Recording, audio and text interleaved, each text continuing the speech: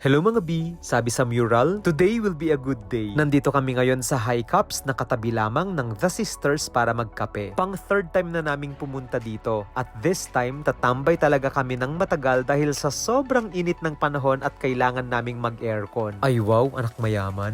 O-order ulit kami ng favorite naming pink drink. Ito ang go-to drink ko kapag wala ako sa mood na magkape. Actually, si Jan ang unang nag-introduce sa akin ng inuming ito. Hindi ko kasi talaga feel ang iced coffee masyado at baka mas bet ko daw kung ibang drink na lang ang iinumin ko imbes na kape. Mabilis lang nilang ginawa yung order namin. That time kasi, kakabukas pa lang nila ng pwesto at kaming dalawa pa lang ang customer nila. Pero nung last time na pumunta kami dito, halos wala kaming pwesto sa dami ng tao. Nagustuhan ko itong drink na to kasi bukod sa hindi siya masyadong matamis, lasang-lasa mo talaga yung gatas. Perfect para sa aking nagpapataba at gustong mag-gain ng weight. Ay, keme, nakunwood. Actually, wala kaming masyadong ganap ngayon. Pare-pareho kaming magkakaibigan na pagod sa trabaho. At imbes na mag-bed rot o humilata maghapon, mas pinili naming mag-road trip na lang muna at mag-chill. Balak din kasi naming mag-gym mamayang hapon, kaya kailangan ay fully rested ang aming katawan para makapagbuhat kami ng mabibigat na weights. Sa edad naming ito, di na kami nag-eehersisyo para lang pumayat at mag-weight loss. Ang goal na namin ngayon ay mag-build ng muscles at gawing mas flexible ang aming mga joints para mas maging sturdy palalo ang aming katawan. Marami pa kasi kaming mga bundok na gustong akyatin.